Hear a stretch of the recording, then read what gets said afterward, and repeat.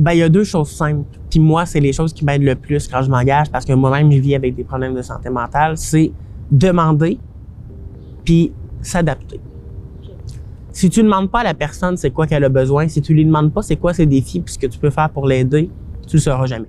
Pour inclure une plus grande diversité de jeunes, il faut des pratiques inclusives qui permettent de les rejoindre et de maintenir une relation avec eux. Mais comment mettre en œuvre des pratiques inclusives? Pour en apprendre davantage, nous avons développé un projet qui rassemble plusieurs acteurs qui s'intéressent à la réduction des inégalités sociales à l'aide des pratiques inclusives. Voici leurs expériences et réflexions sur la mise en œuvre des pratiques inclusives.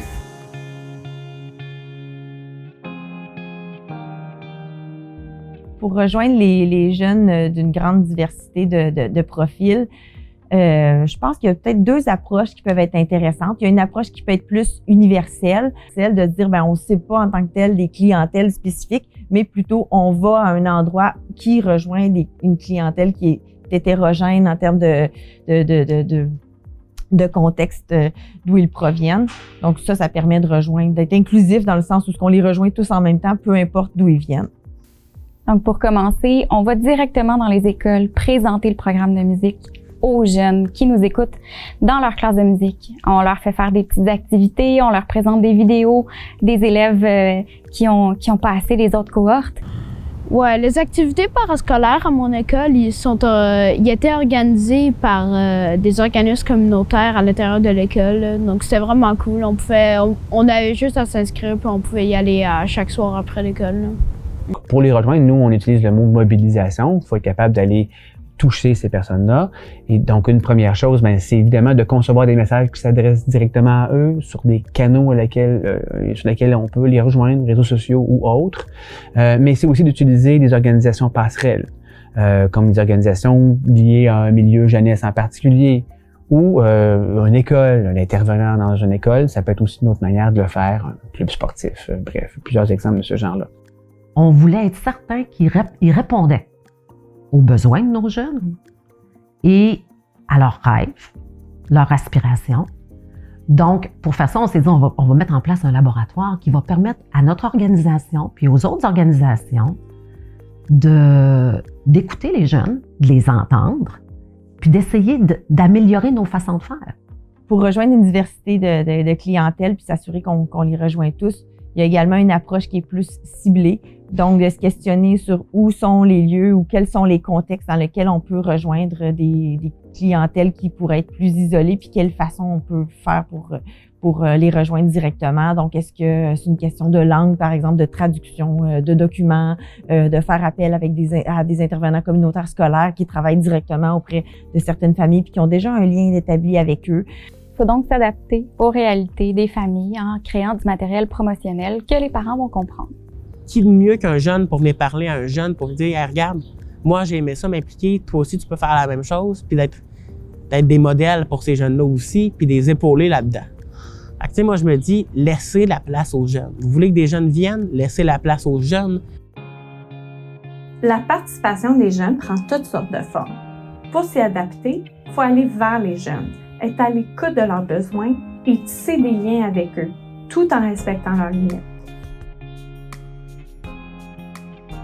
Une fois l'activité réalisée, il faut maintenir les relations avec ces jeunes. Bon. Les jeunes vont quand même beaucoup bouger, ils vont s'intéresser à autre chose. Ça ne veut pas dire que même si on tente, puis je pense qu'il faut le faire, de maintenir la relation par des infolettes, par des réseaux sociaux, par des activités de tout genre, que les jeunes vont nécessairement rester connectés. Mais il faut le faire, c'est important. Il faut aussi passer par les organisations passerelles. Donc, si c'est pas le jeune lui-même ou les jeunes qu'on rejoint, mais on va souvent être capable de garder proche de nous un réseau. C'est d'être capable d'écouter, d'être ouvert à s'adapter puis à se transformer pour répondre aux besoins de la variété de personnes qu'il y a, des variétés de besoins qu'il y a. Donc, je pense que c'est le genre de pratique qu'on essaye de mettre partout dans nos projets, dans nos façons de faire en tant qu'organisation aussi. Pour toujours dans le même but, s'assurer d'avoir de l'impact, puis d'être pertinent dans ce qu'on fait. Pendant la pandémie, On donnait tous nos cours par Zoom. Fait que ça nous a permis, en fait, de s'incruster positivement dans les maisons des jeunes puis de constater dans quel contexte familiaux aussi ils pratiquaient leur instrument de musique. Nous, ça nous a permis aussi de nous adapter encore plus à notre enseignement, à ce qu'on leur apportait. Il faut d'abord concevoir les activités selon l'attente de ces jeunes-là. Donc, il faut bien les connaître, il faut être en communication avec eux et de concevoir l'activité qui va leur convenir. Oui, s'adapter, mais le traiter comme toutes les autres aussi. Puis souvent, c'est ça qu'on oublie. On n'est pas différent des autres pareil. Oui, on a des défis différents, mais on est un humain à part entière, on a la même valeur que les autres, puis en se faisant traiter de la même manière, ben ça permet d'éviter des tabous, d'éviter des écarts entre les gens, puis de se dire qu'on est tous là pour la même mission, puis on est tous pareils dans le sens.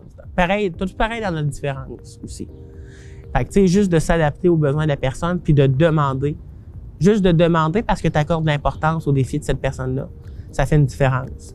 Le cercle jeunesse qu'on a créé pour placer au cœur de la gouvernance, ce cercle-là, il est exclusivement composé de jeunes, donc moins de 35 ans, Première Nation. Et puis l'impact est immédiat en termes de sécurisation, ou de sentiment de reconnaissance, parce que ça crée un espace, un safe space, comme on pourrait appeler, là, qui permet aux jeunes de s'exprimer en toute liberté. Puis, donc, on voit déjà l'idée de l'inclusion qui se concrétise, disons, à travers ce type de pratique-là où on s'autorise de se retrouver entre nous. J'étais tellement motivée dans ce projet-là parce que ça vient de nous. Qu'est-ce qu'on veut faire pas. Donc, c'est pour ça que j'étais tellement à l'aise.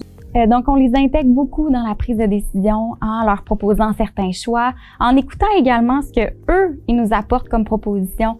Des pièces un peu plus populaires, ben des fois, on peut les mélanger avec des pièces classiques, puis finalement, ben eux, ça les motive à pratiquer aussi.